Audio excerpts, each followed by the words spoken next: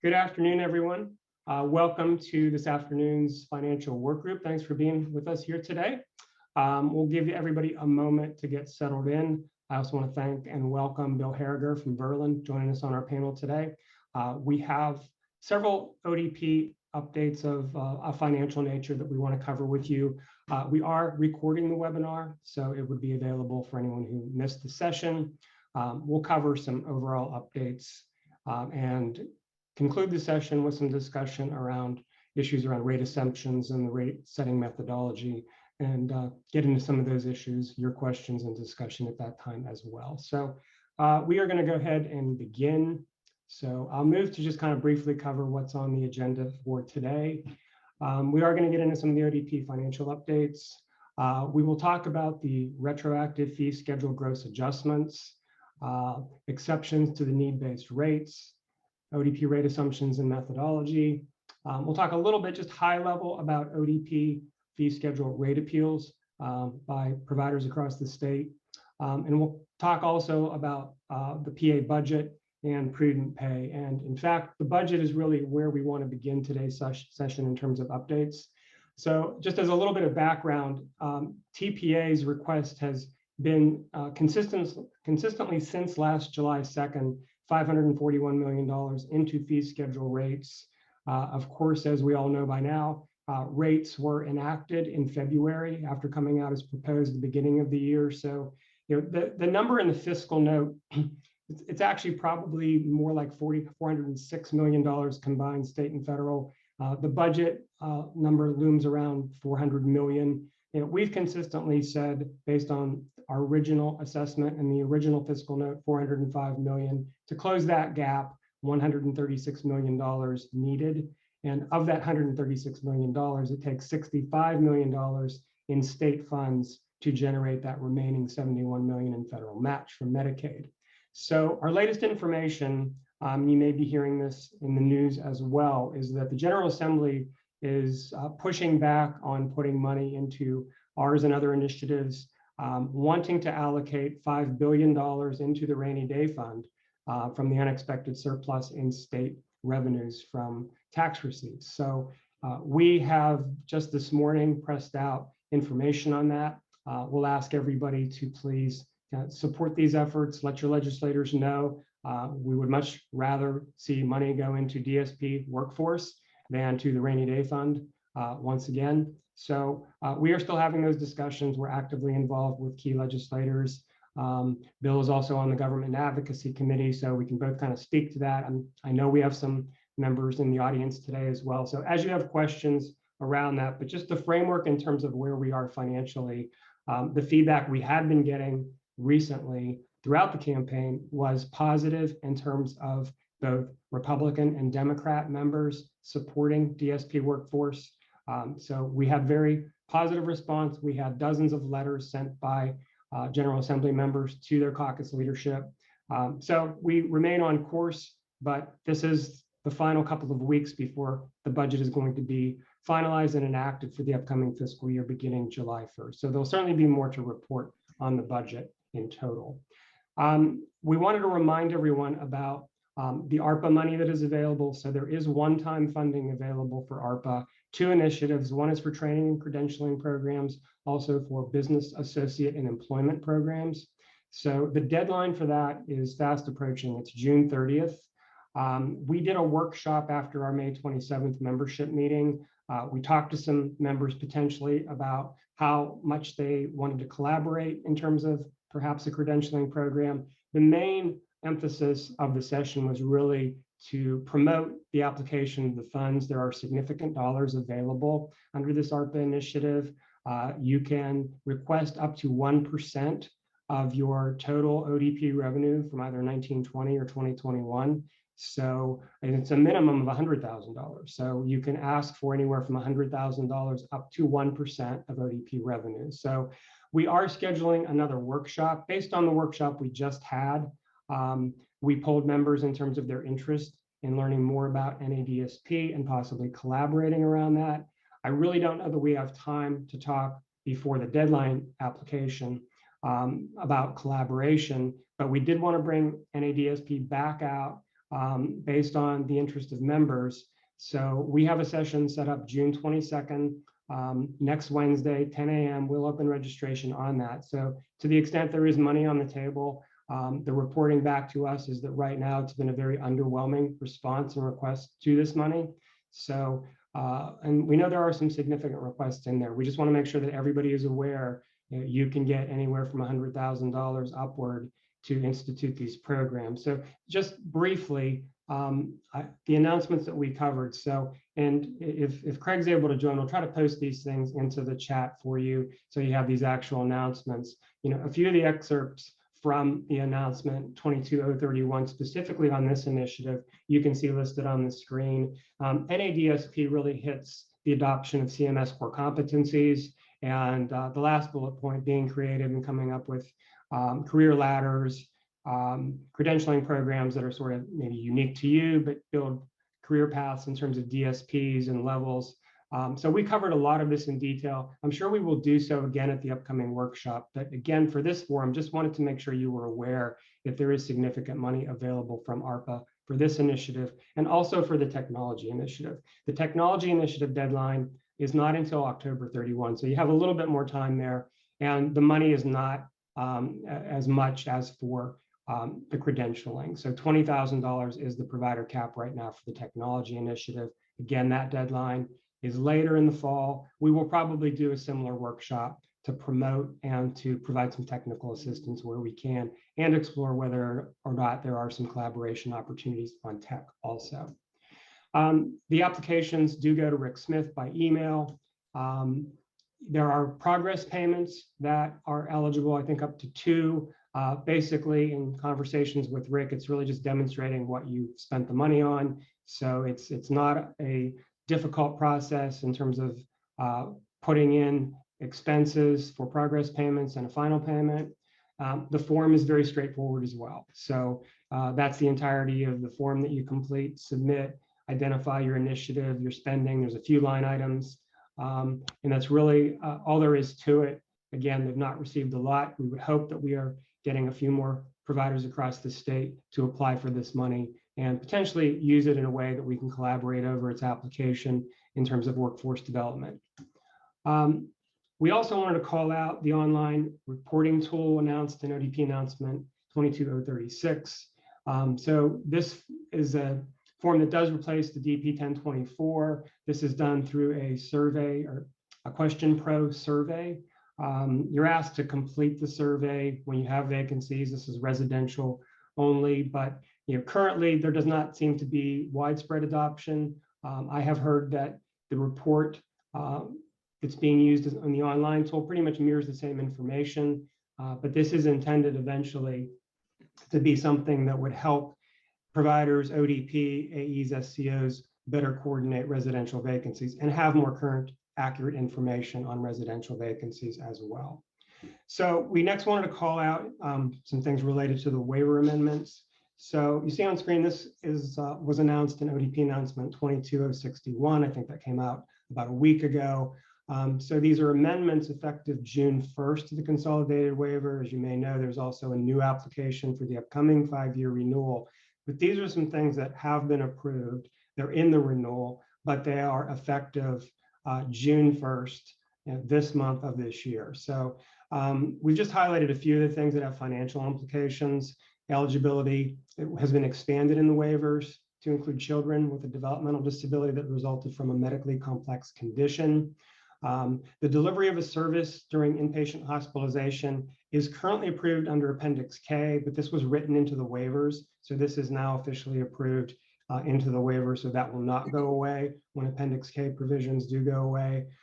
There are some additional dollars for infection control measures built into the homemaker service in the transition to independent living payments for individuals moving from residential rehabilitation to either life sharing or supported living have been added to the waivers.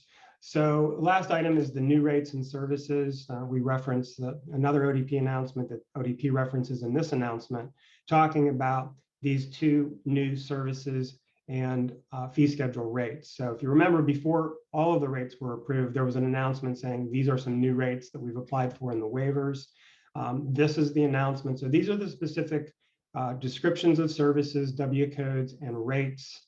Transition payments, as you can see at the bottom, are $15,000 for those transitions. So we submitted comments on all of this at that time.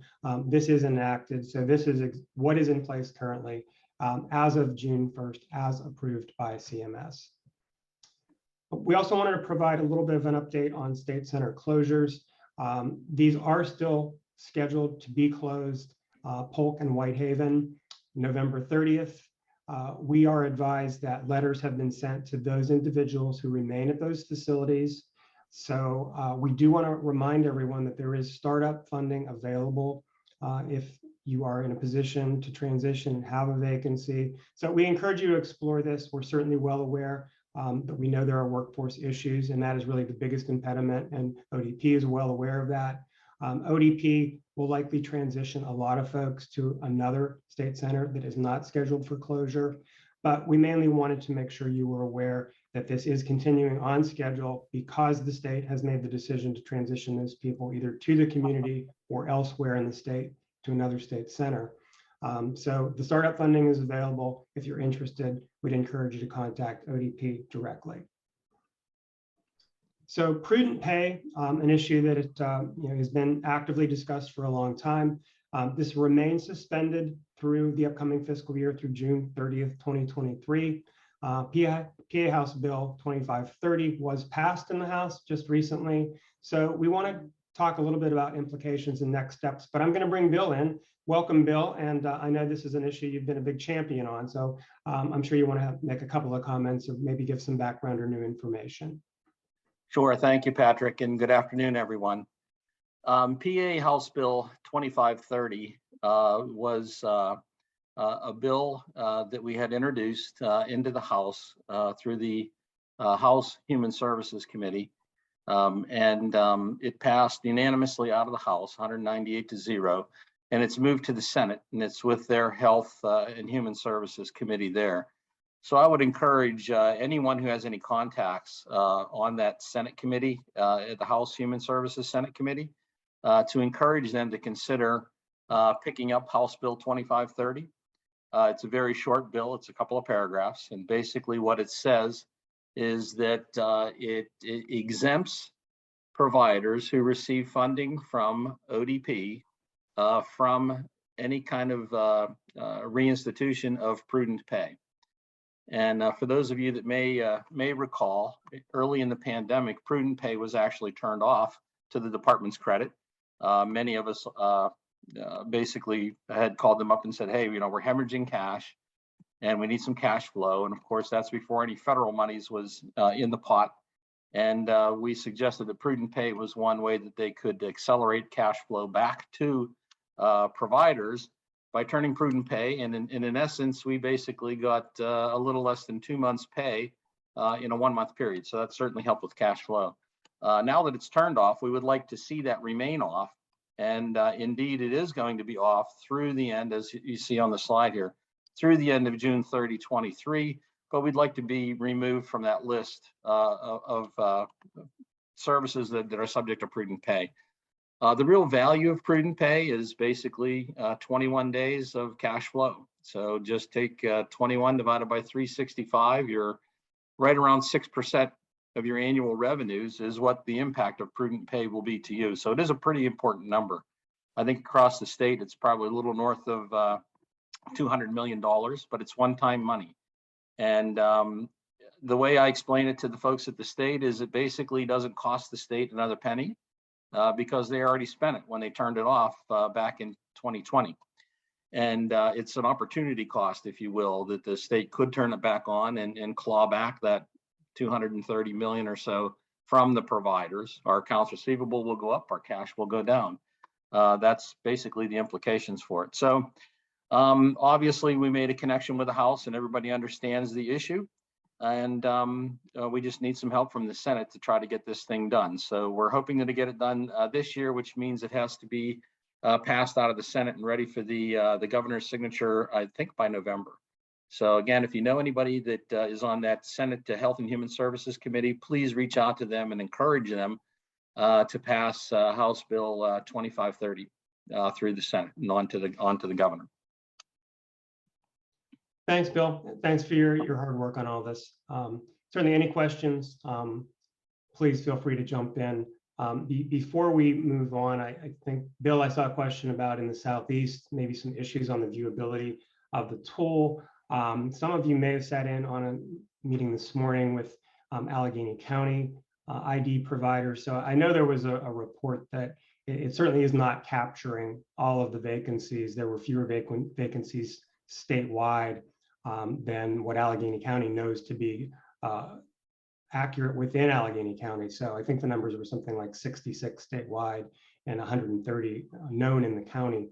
So I'm sure there are still some glitches and problems. I appreciate having the note that AEs, SEOs are reporting some issues with accessing the tool and information. So we know it's in the early stages. Please continue to let us know, if it's working for you and if it's helpful at all, if it is accomplishing the goal of really trying to streamline information. So, we're interested in keeping tabs on that going forward.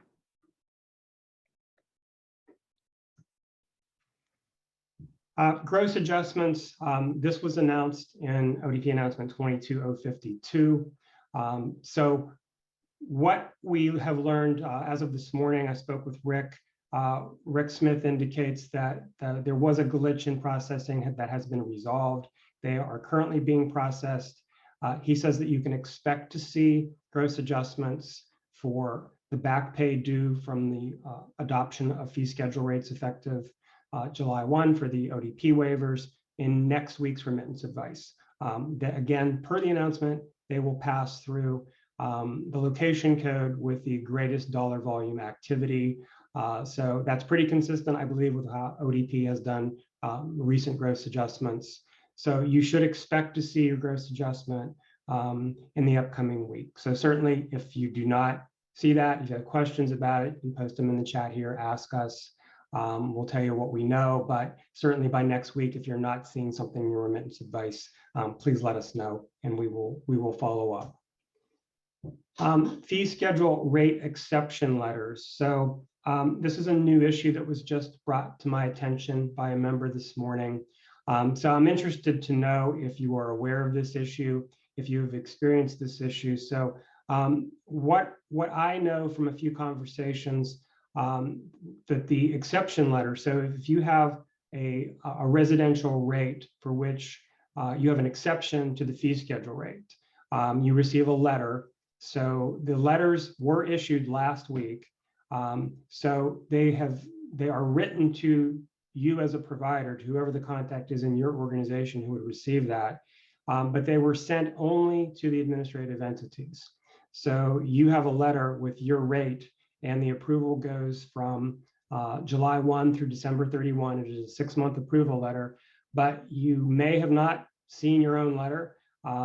So this is a miscommunication at the ODP level. Rick has asked that you work directly with your AE and regional program managers. If you've not received your letter, I've reached out to Michelle O'Toole in the Western region and asked if she could make a request of the AEs to please issue those letters. I'll see if we can do that across all of the regions. But I'm interested, if you don't mind letting us know in the chat or raising your hand if you'd like to make a comment or address this, whether or not you've experienced this. And likewise, if you did receive a letter directly, my understanding they were not sent by email. They are being sent by US mail and only this week. So I can't give you any better information on when you may receive the letter. But they are out there. The AEs should have them. They should be being processed. But of course, if you don't get the letter, you don't know what your rate is. You don't know what you should be billing. And it also affects your appeal rights. So one of the things that we are recommending is that when you do receive the actual letter, even if you do receive it electronically from a third party, such as your AE or someone else,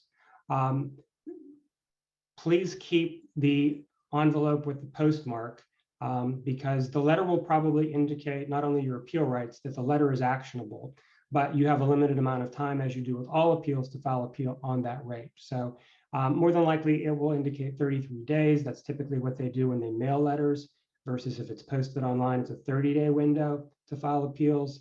But I do want to make that recommendation. That was advice received from Bill Lenahan. So Bill recommended that to preserve your appeal rights and make sure that the clock does not tick by you while you're waiting to get your letter, make note of that and document that, because they will look for timing issues when appeals are filed. So to the extent that you have interest in filing an appeal, of course, you may not know that until you see your letter and see your rate. So we just wanted to call this out.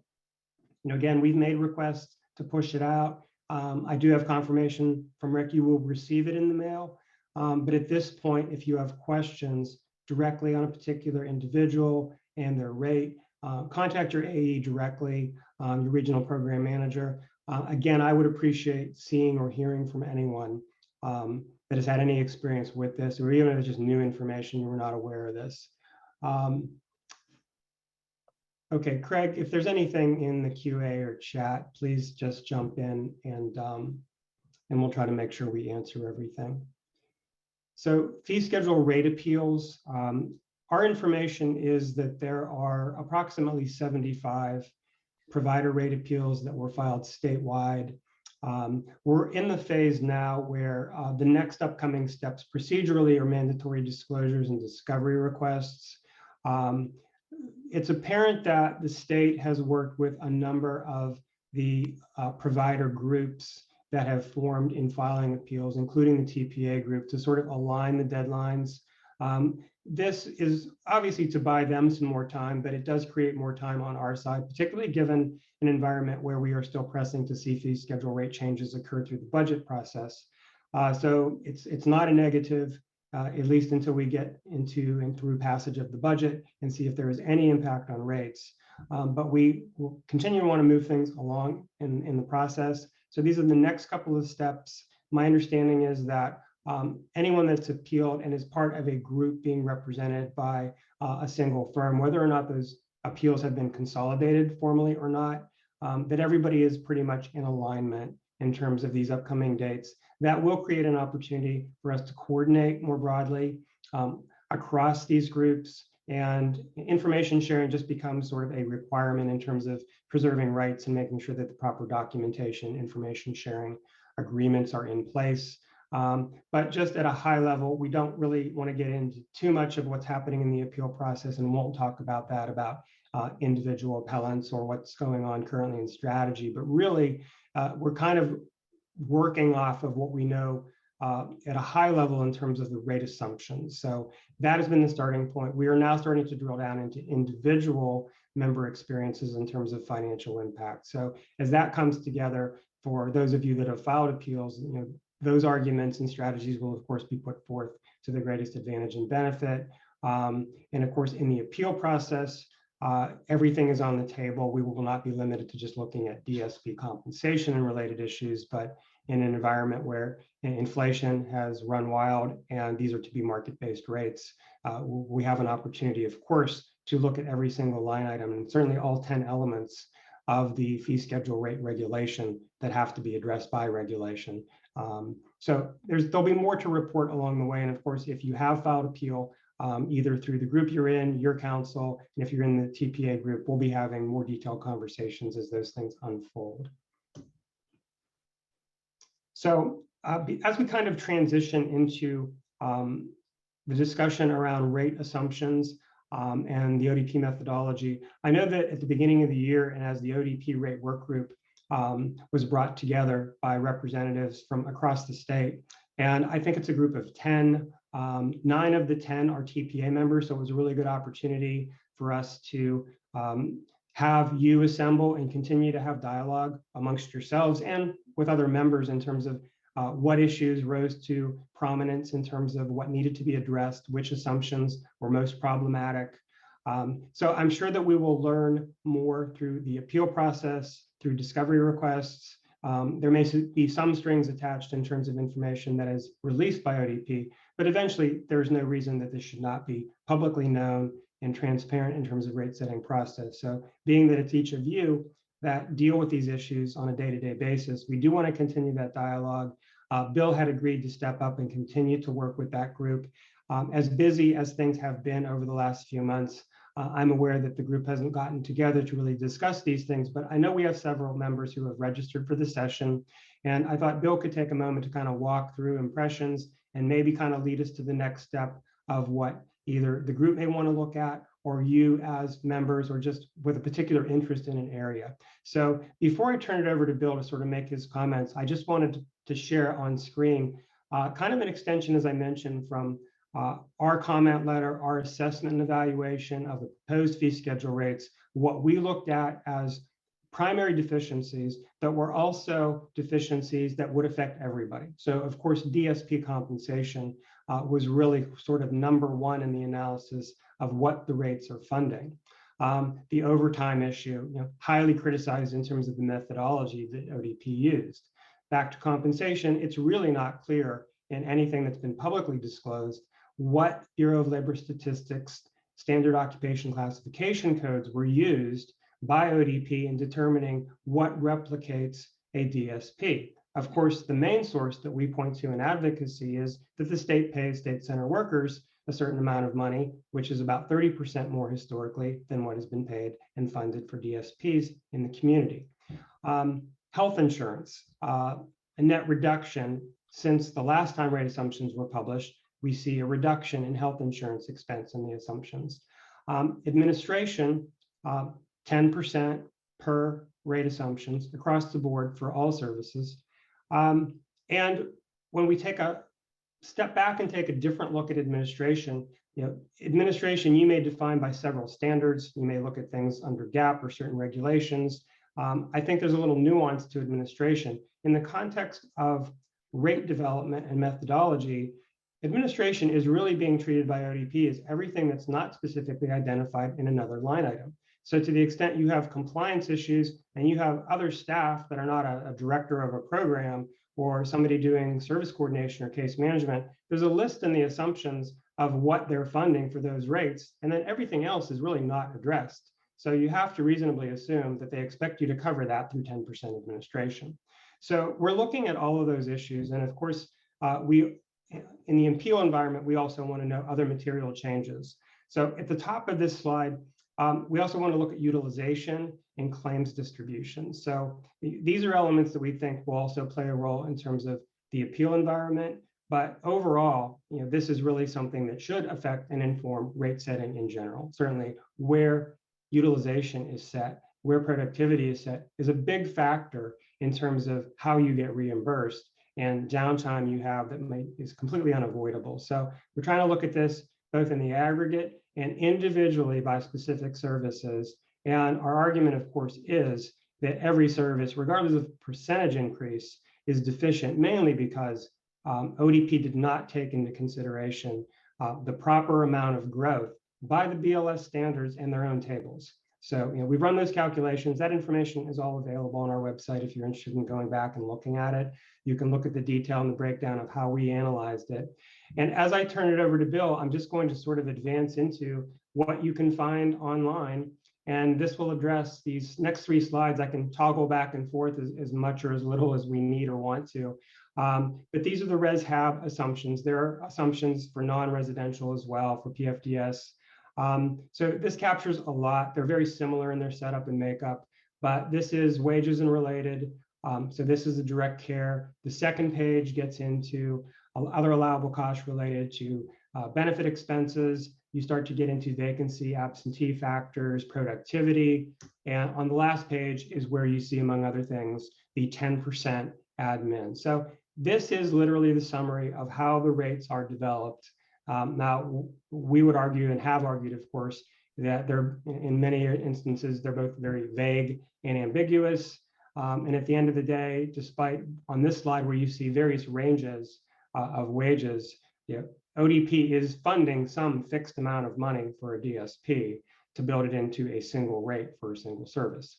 So with that, I'm going to welcome Bill back again to enter your comments and anything you'd like to add, Bill, and anything you'd like to say in terms of what you would like to see next steps for the TPA work group and for the ODP rate work group.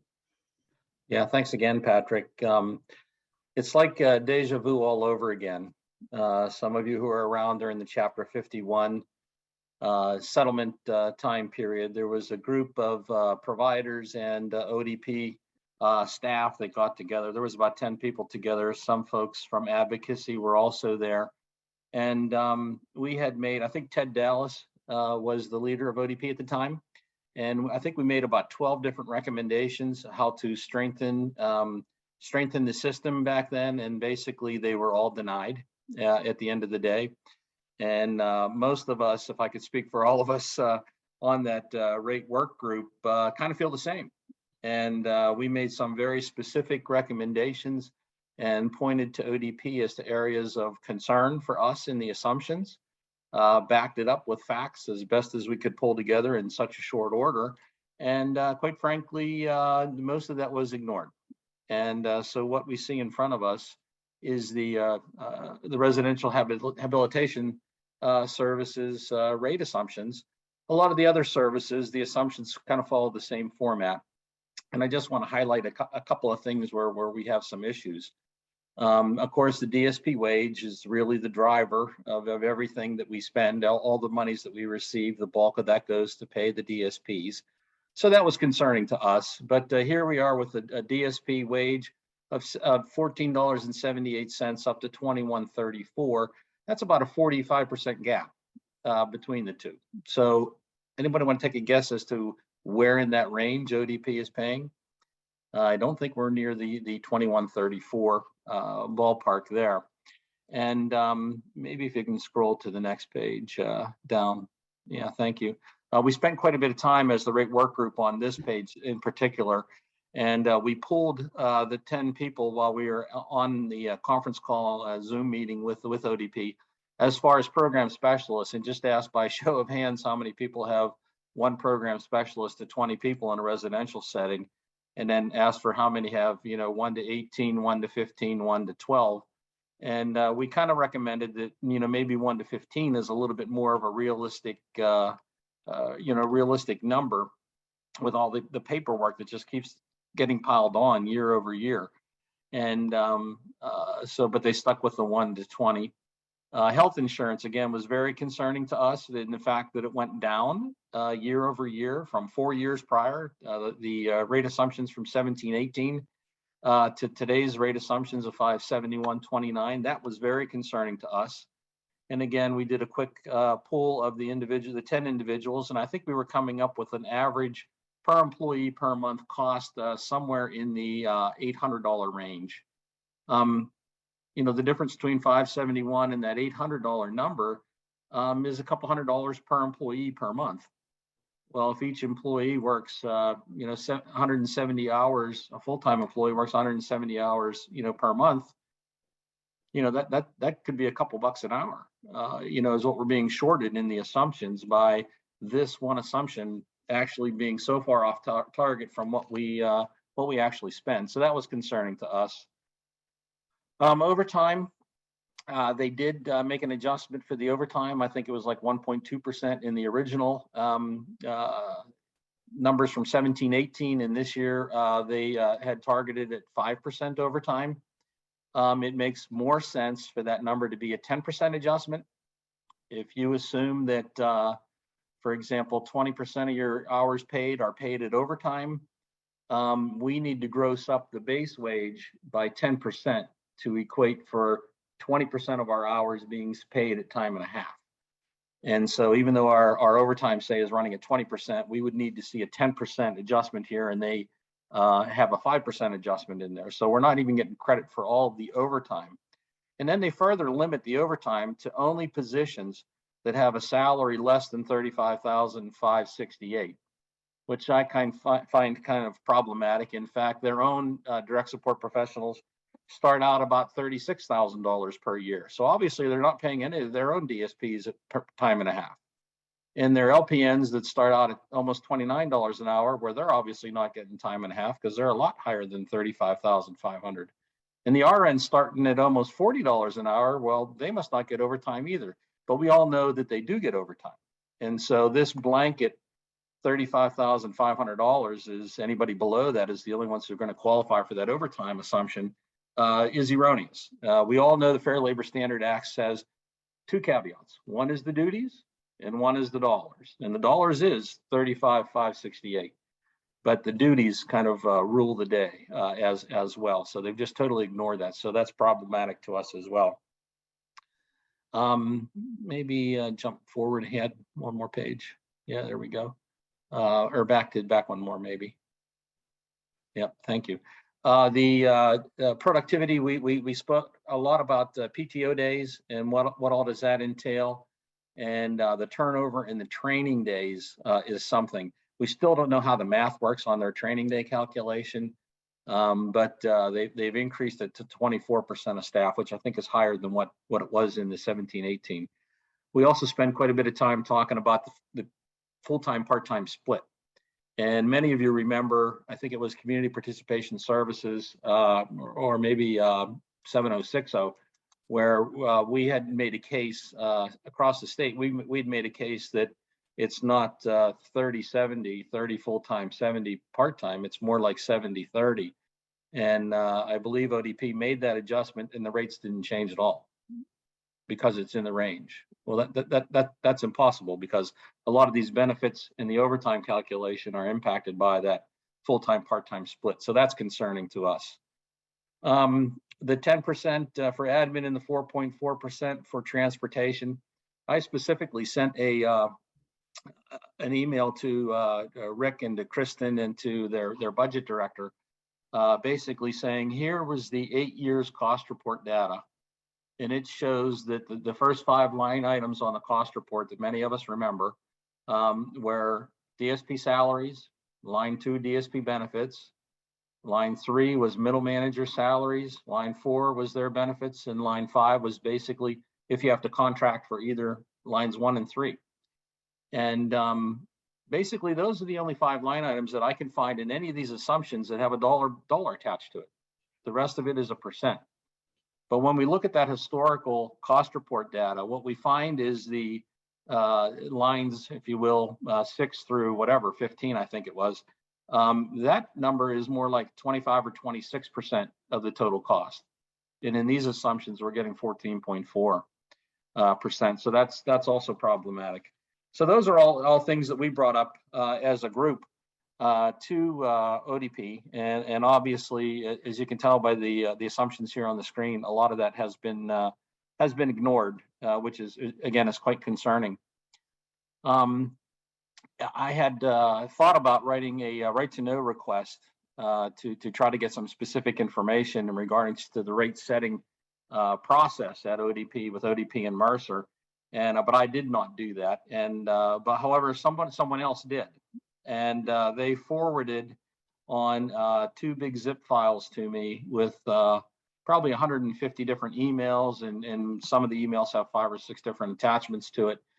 And so there's a lot of great information in there that I can't share any real serious details with that. But in that information is the specific SOX that by job category.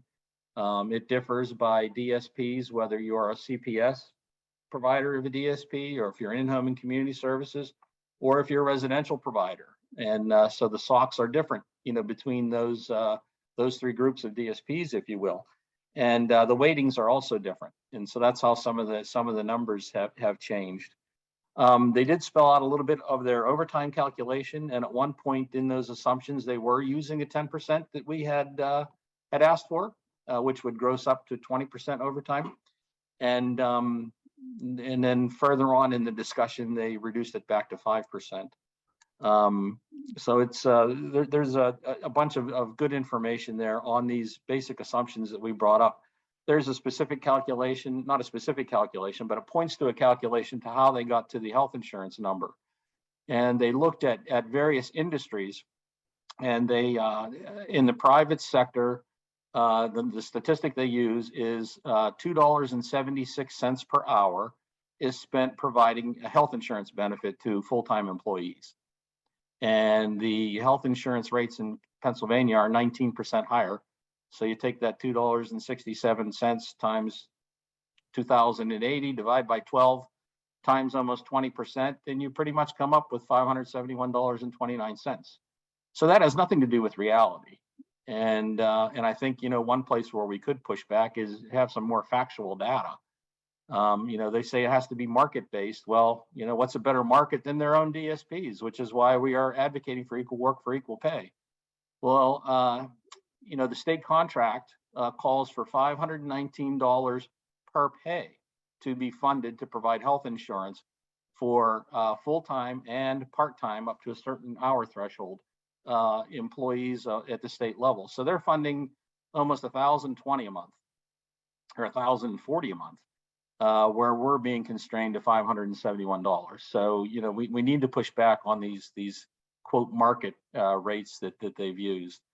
One item that they did use to justify, I guess, going to the 5% overtime instead of 10% was they pulled data from industry, and not healthcare, not our industry, just industry in general.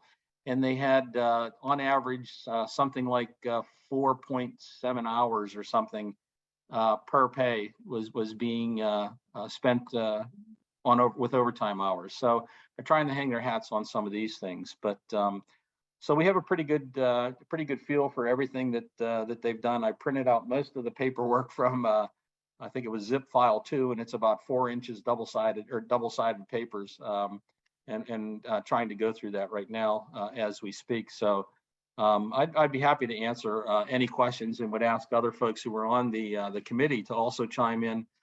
Excuse me, as far as what your recollections were and how you think we should, we should move forward with this analysis.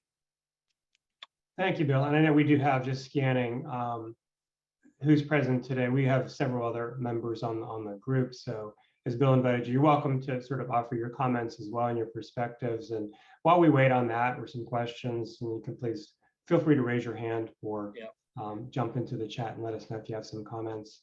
Yeah, the overtime bill, and I've gone back to this particular slide just because to point out to everybody, it's in the footnote, right? So footnote 2 is really the description of how they did the 5%, but it's really embedded in the wage, right, Bill? So the way yeah, actually, that's a good point. The $14.78 up above, if you will, is grossed up by 2 things.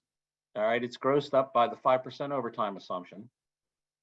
And so every hour paid, theoretically, for DSP time with a high school diploma, in the assumptions, every hour paid has been grossed up by 5% to try to mimic some type of an overtime percent, which actually would be about a 10% overtime assumption for the rest of us.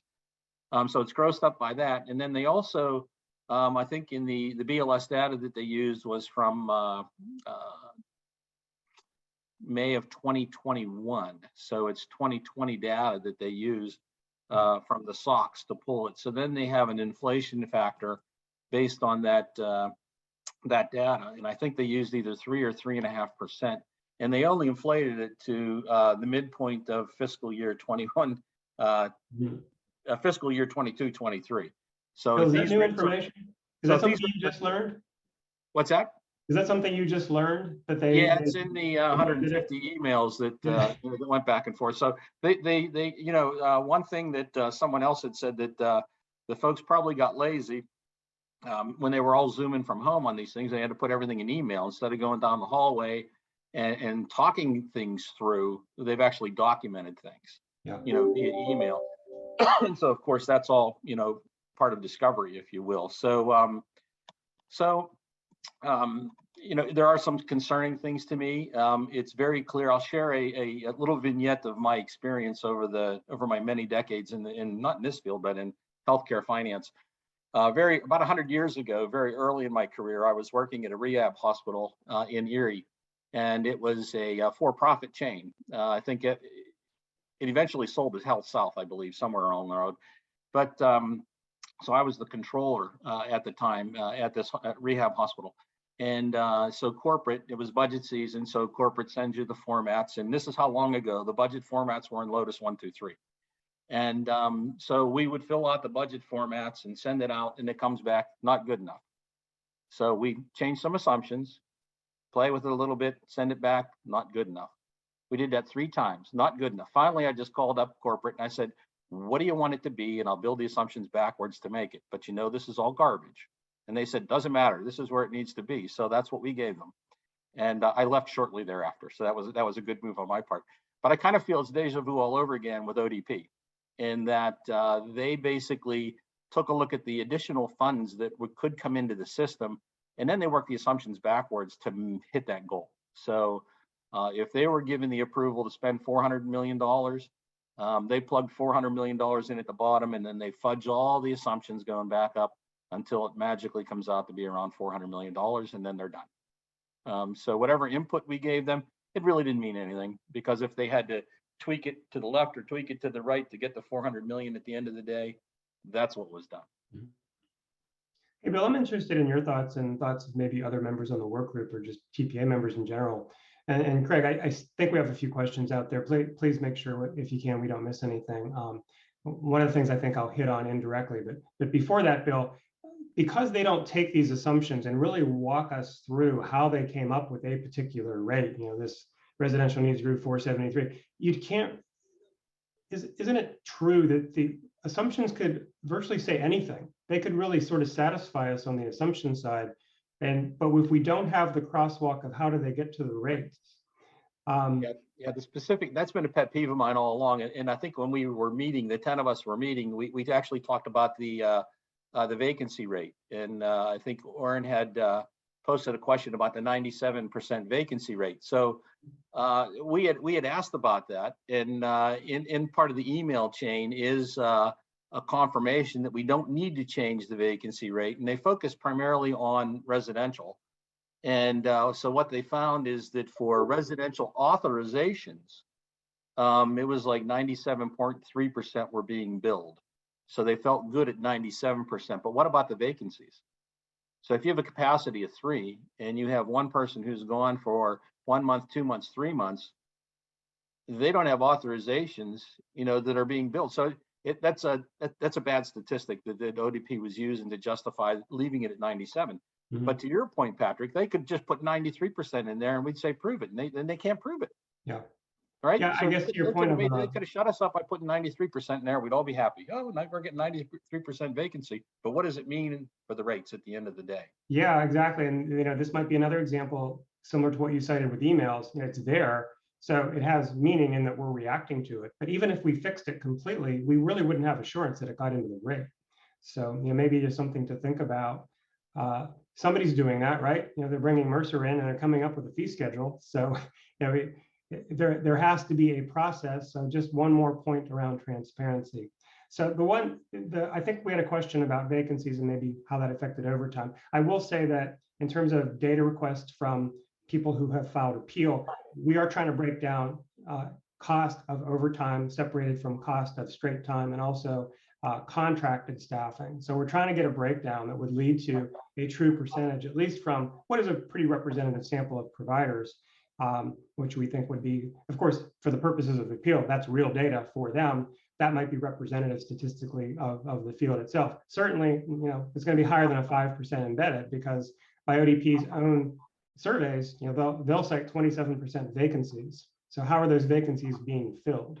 I think you've already cited, you can't, the math doesn't work to plug in 5% embedded into rate to fill staff vacancies that are 27% on average. No, they would have to gross up the rates by 13.5. So if our true overtime statistic is 27, they would have to gross up the base rate by 13.5 to roll up to 25 or 27% of our shifts being paid at time and a half. Bill and Patrick, we do have a question out there from Sean. Can you guys shed any light on where or how ODP embedded agency staffing for staff vacancies into these assumptions? I think it's all part of the overtime calculation. And so if we are, and I would encourage you that if you're looking at it, I know you're talking about breaking out the various buckets, but they don't really address it other than overtime. And so you almost need to look at it like overtime is premium pay, whoever you're paying, to do that work. If you're paying overtime for, say, a middle manager who's going to fill a couple shifts as a DSP, and technically that's DSP dollars that you're spending, you might want to consider looking at straight overtime for your DSPs, any overtime or incentive pay you're paying your managers to work as DSPs, but also include hours paid for outside agencies and include them as kind of like a DSP overtime, number. Yeah, agreed. Don't see anywhere that it's covered. Again, to sort of reiterate the point I made earlier, and this is just residential again, but this is the entirety of what has been shared in terms of where the rates come from. Right. So, if you kind of look and read through what are the positions. So if you look here at the bottom of this slide, supervisor, residential manager, program specialist, staff trainer, nurse, and other practitioners, that kind of cuts across. You see supervisors, supported living specialist in the third column under supported living, supported independent living. But there's a lot of other positions out there that are not addressed specifically, directly. I think similar to Sean's question, there's just a lot of gaping holes in terms of the assumptions. So if it's not there, I mean, they can't claim, well, this is something we use, we just didn't put it in the assumptions. I think it's an assumption we have to make since it is not evident there. So I think as the work continues, I do think there's value in continuing to have the rate work group that was assembled by ODP. Other members continue to chime in. I think your questions are all good and on point. So to the extent that we can compile some information that comes from your actual data that we could just pull together as a group, perhaps on behalf of the association, and just share that with ODP as a means of at least sort of correcting or providing some different information that would come directly from the provider world into these assumptions. Because I'm guessing, Bill, I should just ask you directly, there isn't anything in here that you know of that comes really from provider costs. This is BLS data, this is trended information. These are studies that what is health insurance and maybe a particular or related industry. There isn't much, even though the waivers say that, provider specific cost data reports, there isn't anything in there that you know of that was really used. No, that's the interesting thing about this right to know stuff is like here you have what they would call a lower bound and an upper bound.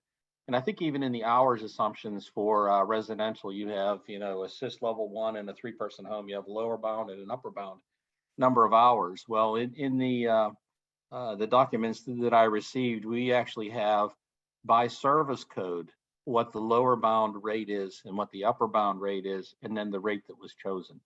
Yeah. So I don't know if there's a way to work backwards from that, given the high end of the assumptions versus the low end of the assumptions and what that spread is. But some of those spreads are 80-90%, from the calculated rate low bound versus the calculated rate upper bound. So there's a lot of wiggle room there. And perhaps that's why when that full-time part-time split changed a couple of years ago and the rate didn't change, well, that's because it's in the range. Yeah. So. And I do want to point out, since we've obviously only shown residential, but there are other rate assumptions. Yeah. We encourage you. I think Craig posted the link online. You can look at all of them. But we likewise here, this is really a pervasive problem across non-residential services as well. So when you look at some of the productivity factors that are being used, I hear a lot of criticism in a similar way as we've been talking about on the res rates. Not sufficient, not properly calculated, not reflective of the reality of people who have to operate these programs. So, it is something that's on the table across the board. And, we want to make sure that we emphasize that, we're starting with DSPs, of course, addresses it at a very high level, but we think there's individual arguments for all the service codes that are compelling. Yeah, in that documentation, it clearly states there's an email chain that clearly says that, when you're talking about non-residential, the DSP rate and then the productivity and the full-time, part-time split are the drivers of where that rate is going to calculate out. Okay, well, we're running against the top of the hour here. I'll just open it up for any more questions or comments briefly. And we've already kind of covered Q&A. So while we wrap up, if there are any other remaining questions, please let us know. We'll try to get those in. If you have questions after the session, let us know. And we'll continue to have dialogue.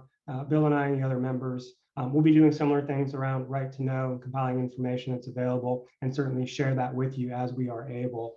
So maybe the final thing I will say, if there are no other questions, is if Craig, if you're able to put our Action Center link in, it takes less than 30 seconds to send a note to your legislator. As I mentioned at the top of the hour, $5 billion into rainy day funds is really the pushback that is happening in the legislature right now.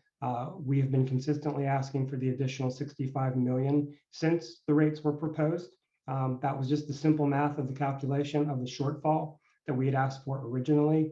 So we continue to have a lot of good dialogue, but any help you can provide in not just notifying and contacting your own legislators, but spreading the word in terms of throughout your organizations and your stakeholder groups. And if you do anything with your social media and mailing lists, we have an announcement that went out this morning. You can feel free to share and distribute that.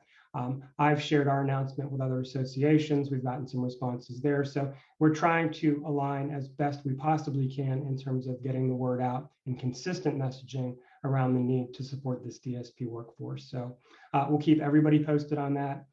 Thank you all for being here today. Bill, thank you so much for joining us and joining the panel. So we appreciate everyone's time. Have a good rest of your week, and we'll talk to everyone soon. All right. Bye, everyone.